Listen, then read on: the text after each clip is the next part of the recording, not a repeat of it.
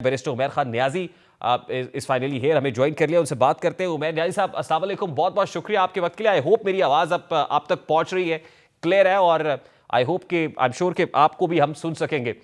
उमैर नियाजी साहब, सबसे पहले तो ये सवाल है कि पेशावर हाई कोर्ट की तरफ से जो रिलीफ मिला है, गैर मामूली रिलीफ है इटसेल्फ पाकिस्तान तहरीक इंसाफ के लिए, आप ऐसा ही एक्सपेक्ट कर रहे थे?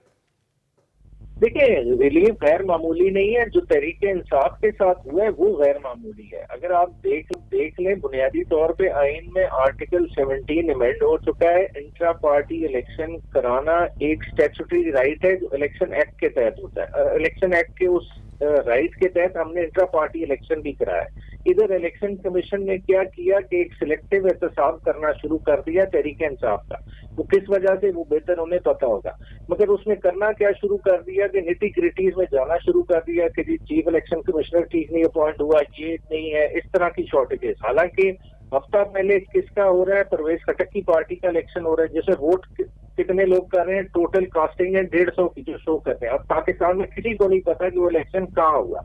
हमने तो फिर भी अपना ड्यूली एडवर्टाइज किया, हर जगह बताया कि इलेक्शन हमारा इस जगह पे हो रहा है, और उसमें एक ही पैनल आया, उस पैनल को डिक्लेयर किया गया और वो रिजल्ट सबमिट करा दिया। अब इलेक्शन कमीशन ड्यूटी बाउंड था विद इन 7 डेज के हमारा वो रिजल्ट को नोटिफाई करता और हमारा सिंबल हमें एलोकेट करता। मगर किया क्या गया, चंद लोगों की ख्वाहिश पे किसी तरह से तरीके इंसाफ को डिसफ्रेंचाइज किया जाए, उसका सिंबल उससे। लेकिन उमैर नियाजी साहब, एक सवाल जो हो रहा है इस वक्त पाकिस्तान तहरीक इंसाफ से, वो ये है कि आपने पेशावर हाई कोर्ट का इंतखाब क्यों किया? Why not Islamabad high court, या पिंडी क्यों नहीं गया, पेशावर हाई कोर्ट ही क्यों चले गए इसको लेकर?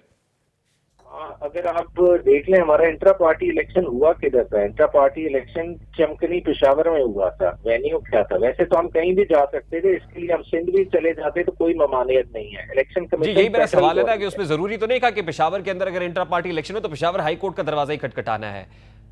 बिल्कुल जरूरी नहीं है, मगर पेशावर जाने में आपको या किसी और को क्या एतराज हो सकता है? पेशावर हाईकोर्ट क्या पाकिस्तान का हिस्सा नहीं है? क्या वो इंडिया की हाई कोर्ट है? मुझे याद पड़ रहा है ना, लाहौर हाई कोर्ट जब कोई डिसीजन देता था नून लीग के हक में, तो बहुत बड़ा सवाल होता था कि भाई लाहौर हाई कोर्ट के इंतखाब क्यों करते हैं। तो आज वही उसी कॉन्टेक्स्ट में आपसे सवाल हो रहा है कि पेशावर हाई कोर्ट ही क्यों? नहीं, आप बता दें, उस वक्त सवाल उठना और बात है। अगर हम इस्लामाबाद हाई कोर्ट अगर किसी को रेड कार्पेट ट्रीटमेंट देगी, क्या उस पर नहीं बोलेंगे? तो क्या आज ये सवाल आप पे उठ रहा है कि आपको कोई red carpet treatment Peshawar high court से मिल रहा है तो अनजस्टिफाइड है? स्टे मिलना रेड कार्पेट ट्रीटमेंट है, या बायोमेट्रिक एयरपोर्ट पे होना वो रेड कार्पेट ट्रीटमेंट है? बात है कि जो चीज बाय द बुक हो रही होती है उसको आप नहीं कहते। आप रेड कार्पेट ट्रीटमेंट उसको कहते हैं कि एक अपील जो 4 साल से डिसमिस नॉन प्रोसिक्यूशन हो जाए, उसको आप रिवाइव करके उसका फैसला करने तक अगला इलेक्शन में कंटेस्ट। लेकिन सवाल है ना सर, सवाल उमैर नियाजी साहब ये है ना कि इलेक्शन कमीशन ऑफ पाकिस्तान भी एक आईनी बॉडी है, और जो चीफ इलेक्शन कमिश्नर हैं उनका ओहदा भी एक हाई कोर्ट के जज के बराबर है। हाई कोर्ट का, पेशावर हाई कोर्ट का सिंगल बेंच कैसे सस्पेंड कर सकता है ये फैसला, या वो कैसे फैसला सुना सकता है? ये एक लीगल पॉइंट है सर।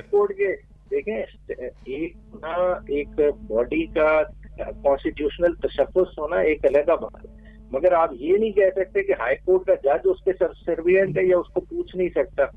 हाई कोर्ट का जज अगर वजीर आजम पाकिस्तान को घर भेज सकता है तो वो किसी को भी भेज सकता है। हाई कोर्ट में किसी को कतरान नहीं है, वो एनफोर्समेंट ऑफ फंडामेंटल राइट्स के लिए किसी को भी पूछ सकती है। इस तरह का कोई किसी नहीं, लेकिन इलेक्शन कमीशन ऑफ पाकिस्तान भी तो सुप्रीम कोर्ट जा सकता है ना, इसी को प्ली लेकर, इसी बात की कि भाई ये हमारे फैसले को सस्पेंड नहीं कर सकते थे, सुप्रीम कोर्ट ऑफ पाकिस्तान का दरवाजा खटखटा सकते हैं। क्या आप ये फोर्स ही कर रहे हैं? इलेक्शन कमीशन जाए, अपने फर्दर बायसनेस शो करे कि वो तरीके इंसाफ को विक्टिमाइज करना चाहते हैं, वो कॉन्डक्ट शो करना चाहते हैं, तो बिल्कुल जाए। उन्हें किसने मना किया? नहीं, लेकिन ये भी तो हो सकता है ना कि ये जो रिलीफ मिला है आपको, ये आर्जी रिलीफ साबित हो। रिलीफ आर्जी नहीं साबित होता। बुनियादी देखे ना, रिलीफ मिला क्या है?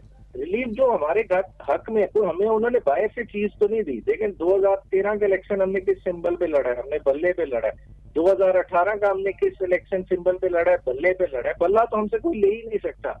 ये इलेक्शन एक्ट उठा के देख लें कि जो पार्टी लास्ट जिस सिंबल पे लड़ी होती है, फर्स्ट राइट उसका होता है उस सिंबल के लिए। अगर फर्ज महाल आप ये भी मान ले कि तरीके इंसाफ का इलेक्शन वैलिड नहीं था, सिंबल तरीके इंसाफ को नहीं एलोकेट हो सकता, तो वो सिंबल कहीं और भी नहीं जा सकता। ये बहुत बड़ी गलतफहमी है कि किसी को किसी की ख्वाहिश पे ये सिंबल उनकी झोली में जा दिया गया, ऐसे नहीं होता। ठीक, लेकिन लेकिन अभी जो बल्ले का इंतखाबी निशान आपको वापस हुआ है, ये भी मशरूत है पेशावर हाई कोर्ट के डिविजनल बेंच के फैसले से।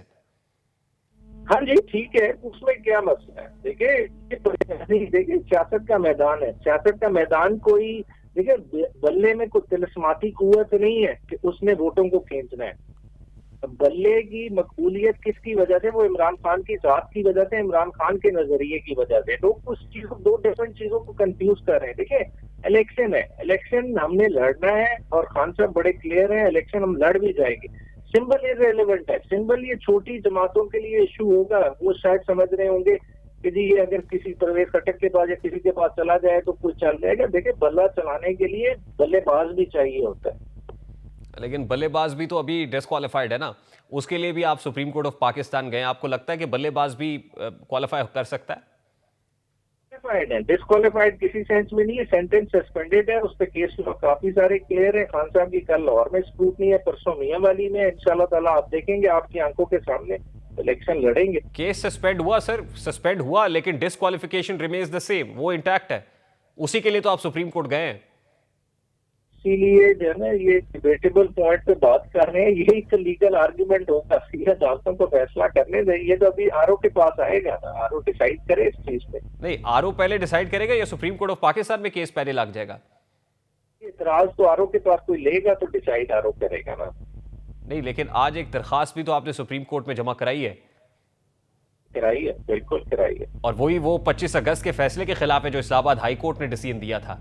हाँ जी, हाँ जी। और उसमें आपने तो दरखास्त की है कि एज अर्ली एज पॉसिबल इसको टेकअप किया जाए। अभी मौसम सरमा की तातीलात है, सुप्रीम कोर्ट के 2 जजेस मौजूद हैं, जस्टिस सरदार तारिक मसूद और जस्टिस अतर मिनल्ला। तो आप क्या देख रहे हैं कि इन 2 जजेस पर मुश्तमिल को बेंच इसकी दरखास्त के ऊपर बनता हुआ देख रहे हैं आप?